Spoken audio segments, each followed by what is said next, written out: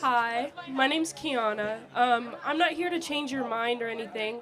I'm just mostly here to ask, why do you believe that abortion has become such a political and dividing issue in specifically the last few years?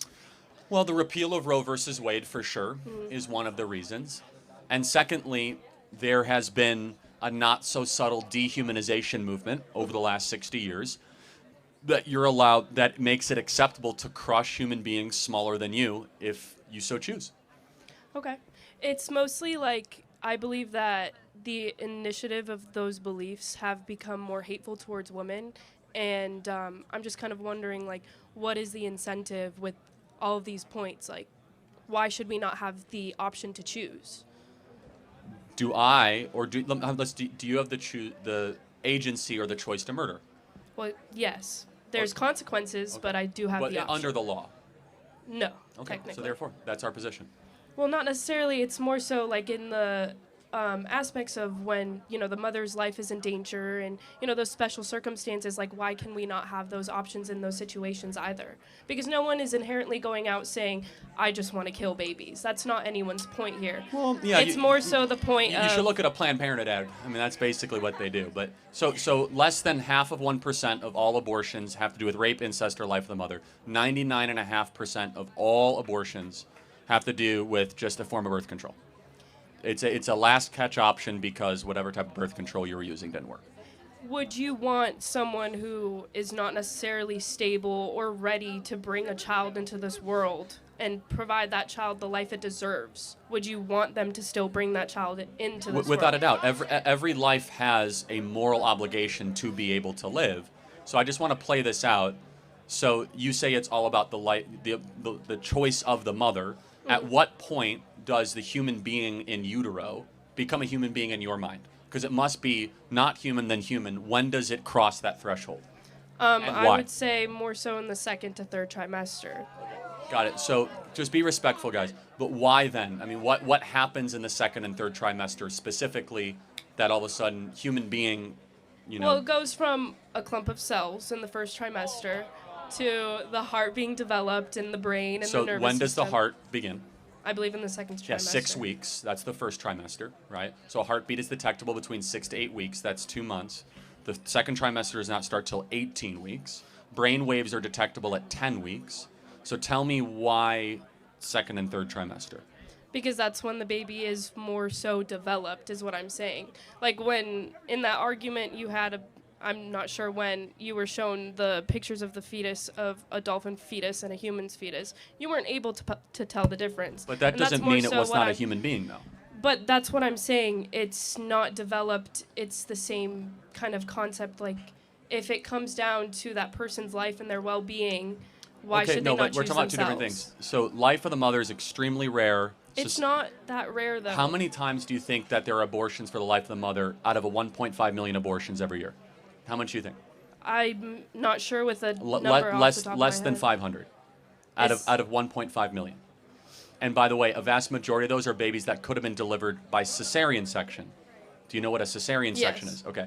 So understand that if a baby's at 28 weeks and they say it's life of the mother, why would you terminate the baby when you could deliver it by C-section? Well, if you can deliver it by C-section. No, but they're not even given that option. Instead, they go to an abortionist. So then that's essentially an issue that we should address within these politics. Because no one is saying to kill kids. No one is saying go kill babies. But first of all, late-term abortion is very common and very frequent. It's not that common, though. That's again, how many times do you think it happens a year? Late-term abortions? Yeah. I don't think it happens. Tens of thousands of times a year. You can't say that when it comes to the life of the mother. But I am curious, though, just more, because you said about well-being. Mm-hmm. Why should any person be able to terminate another human being if you feel as if your well-being will be jeopardized? Why should I be able to terminate someone in this audience if they're going to get in my well-being way? No, by what moral standard? But completely. Apply a universal moral standard to the abortion argument and help me understand it. If I were to get pregnant right now, I would not be able to give birth to that child and give it the life it deserves. Because how did you get pregnant? Accidents still happen, guys. Okay, you can be on birth control. Hold on. You can still. This is an important point, guys. But wait a second. But then shouldn't you take responsibility for Absolutely. your orgasms? No. So let me be clear, that you want to have all the fun, but none of the responsibility. No, that's not what I'm saying. I'm saying accidents still happen. No, of course, and you know what happens when accidents involve other human beings? You don't terminate them. You don't get to eliminate another human being because of an accident. That's not a moral code we live by. Correct. But why do you not care about the outcome of that human being's life? Well, of course I do. No, I mean... But you don't, because I don't? if I were to give birth to a kid right now and it's living in horrible conditions, because I'm just a college student, why do you not care? But why do you not put in funding into those establishments to help them?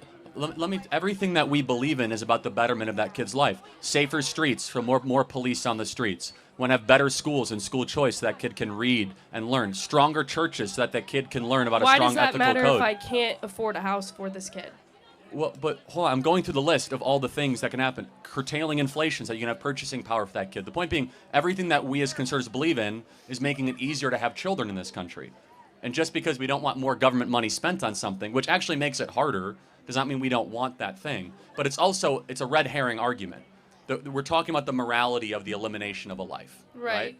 And so I just want to be totally understanding of clear that what species is the being when it's at 6 weeks? To me, I believe that it's a clump of cells. No, I understand. It's a zygote. No, I know, but the species. I'm sorry, what was The that? species. So everything on the animal kingdom has a species type. Right. So we are Homo sapiens, and you could be an alligator. But so what is it? Is it Okay, a Homo? it would be a Homo sapien. So if it's a Homo sapien, it's human. So then shouldn't it be given human rights? But it hasn't. My point is, it hasn't been developed. It's still just a clump of cells. Right, but at the end of the day. But hold on, my baby right now is 9 months old. He's still developing. He can't speak yet. Right. He's crawling. So why does he have less moral worth at 9 months? I'm we're saying all that. still developing here, by the way. You know that men's brains don't stop developing till they're 35? Right. So should we just be able to say, well, sorry, you're 21, I couldn't get rid of you? It's more so, if I can't give that child the life it deserves, why am I bringing it to... Got it. No, this will be my last question. I want you to think about it. If a single mom has two 2-year-olds, twins, and she wakes up one day and says, I can't do it anymore, I can't give them the life they deserve. But that's just not the circumstance. Hold on. Should she be able to take out a shotgun and kill both those kids? No. Of course not, because you think that would be objectionable. That's why I think it's objectionable to eliminate 2 babies that are 6 weeks old, because they're morally the same thing. One just happens to be bigger. One just happens to be older. One just happens to be outside of the womb. They're both human beings. And you have something in you that says, no way is it okay to kill a 2-year-old. That's called your soul talking. What I'm trying to do is connect reason and your soul and have that same sort of objection no when you see twins on an ultrasound. I just believe you're looking at this more emotionally than scientifically. Again, you can believe that. I actually am looking at it incredibly reasonably because I could tell you down to the minute when human life begins. You kind of give me a range. Your life began not at birth, but at conception, about 9 months before That's your your birth. opinion. Well, it's actually science's opinion. You know why? This is your eye color, your skin color, your tastes, your wants, your desires, your interests, introverted or extroverted, whether or not you're going to be tall or short, it all got decided in that moment. You know why? Your DNA was formed. Well, And with that, what is your marker as a human being? As we map the human genome, we realize everything about you. Whether or not you have a predisposition to heart disease, whether you're going to be tall, short, extra wide, skinny. It's all in deoxyribonucleic acid. Correct. And the DNA does not start in 6 weeks or 8 weeks or 10 weeks or 20 weeks. It starts at conception. And that's when you were formed. That's when you came into this world and you were worthy of protection. Thank you very much for your time. Thank you.